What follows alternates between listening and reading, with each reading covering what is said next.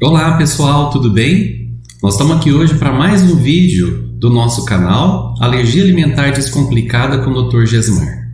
Hoje nós vamos falar sobre as alergias alimentares, as suas origens. De onde vêm as alergias alimentares? Porque hoje nós temos um aumento tão grande dessas alergias alimentares. Numa linguagem simples que todo mundo possa entender. A cada slide que nós colocarmos nessa apresentação, no finalzinho, à direita, embaixo, nós teremos uma referência bibliográfica, de onde vêm os dados que nós apresentamos no dia a dia. Combinado? Vamos começar então? Então, as alergias alimentares, elas não dependem só de um fator. Elas dependem de vários fatores. E por isso, nós dizemos que elas são multifatoriais. De todos esses fatores, 3 fatores têm sido mais estudados. A genética, porque nós sabemos que em algumas famílias nós temos muito mais alergia alimentar do que em outras. E não só alergia alimentar, como outras alergias, asma, rinite, dermatite atópica. A barreira mucosa intestinal, que faz a interação com os alimentos e com as bactérias que nós temos no nosso intestino. Então é ela que faz essa interação do sistema imunológico com o alimento e as nossas bactérias. E claro, não podemos deixar de falar da flora bacteriana, que é muito importante. Nós temos mais bactérias do que células nossas mesmo no intestino. Então, elas são de suma importância para o nosso equilíbrio intestinal. Além disso, tem um outro fator que é a barreira da pele nas crianças com dermatite atópica. Mas isso nós vamos falar depois para vocês. Então, numa situação de equilíbrio, a flora bacteriana normal, que são as nossas bactérias boas, elas interagem com a minha barreira intestinal e a interação dos dois promove estímulos que nós chamamos de tolerogênicos. Por que esses estímulos tolerogênicos que causam tolerância? Porque os alimentos, eles são proteínas estranhas que vão entrar no nosso corpo. Esses alimentos estranhos, o sistema imunológico normalmente atacaria. E por que o sistema imunológico não ataca? Porque ele está recebendo esses estímulos para ele ficar tranquilo. É a chamada célula T reguladora. É uma célula boa, uma célula calma, uma célula que está lá pronta, esperando a comida chegar sem atacá-la. Ela é que fornece esse meio adequado. Além desse meio adequado, que não vai atacar os nossos alimentos, vão deixar eles tornar nutrientes, essas células, elas promovem ainda a liberação de anticorpos e substâncias antimicrobianas, anticorpos bons e substâncias antimicrobianas, que vão ajudar na manutenção dessa flora normal, tá? Atacando bactérias ruins e diferentes que vão entrar ali.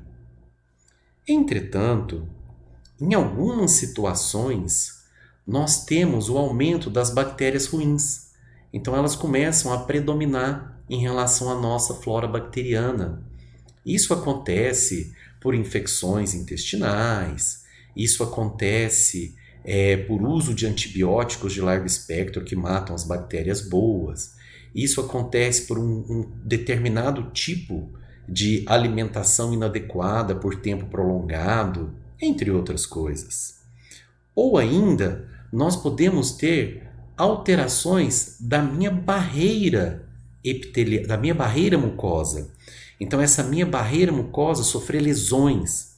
Isso acontece também por infecções, por alguns tipos de alimentos inadequados que nós temos e até mesmo por alguma fragilidade genética.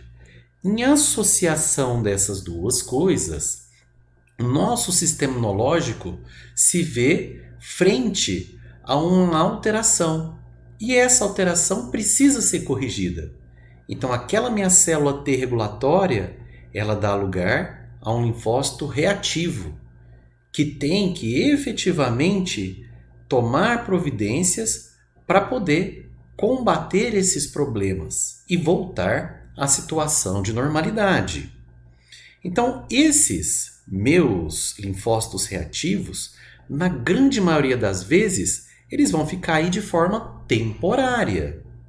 Tá? À medida que o problema vai se resolvendo e vai voltando a flora bacteriana normal e a barreira ela se regenera e volta a ser uma barreira normal, volta também a meu linfócito regulador.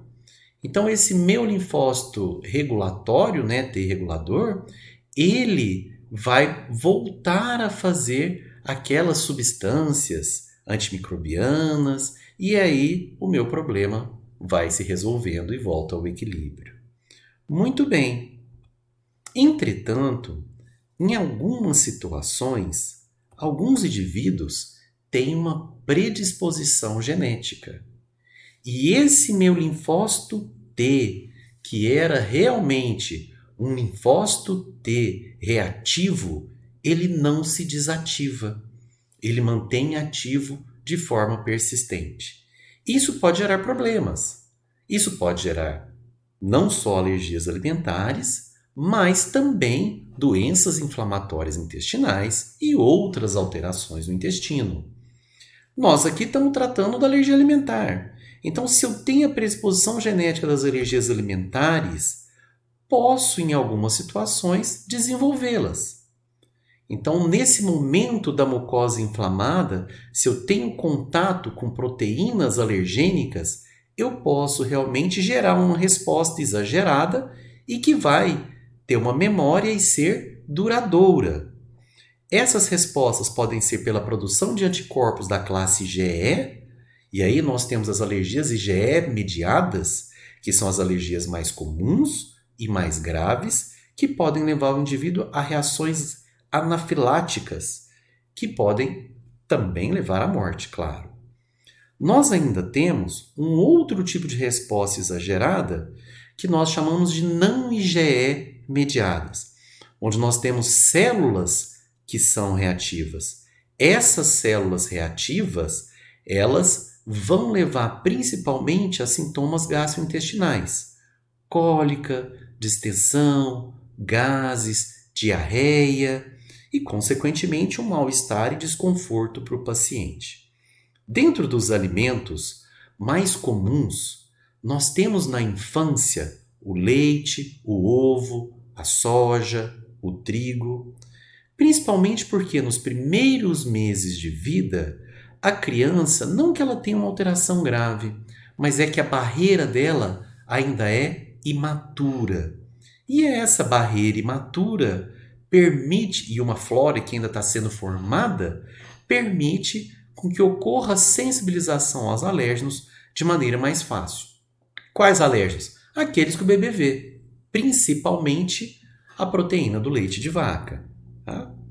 Já na criança mais velha e nos adultos, a situação é um pouquinho diferente. Então, normalmente, eles vão ter essa reatividade nos momentos onde eu tenho essas alterações. Ela vai se iniciar aí. E proteínas que têm um maior potencial alergênico, como os crustáceos, peixes, castanhas, amendoins e aqui entra o trigo também. Tá? E normalmente, quando eu começo essa reatividade, ela tende a ser duradoura para o resto da vida. As alergias dos bebês, na grande maioria, à medida que eles vão crescendo e amadurecendo a sua barreira, eles tendem a uma melhora. Beleza? Então hoje é isso que a gente queria conversar com vocês.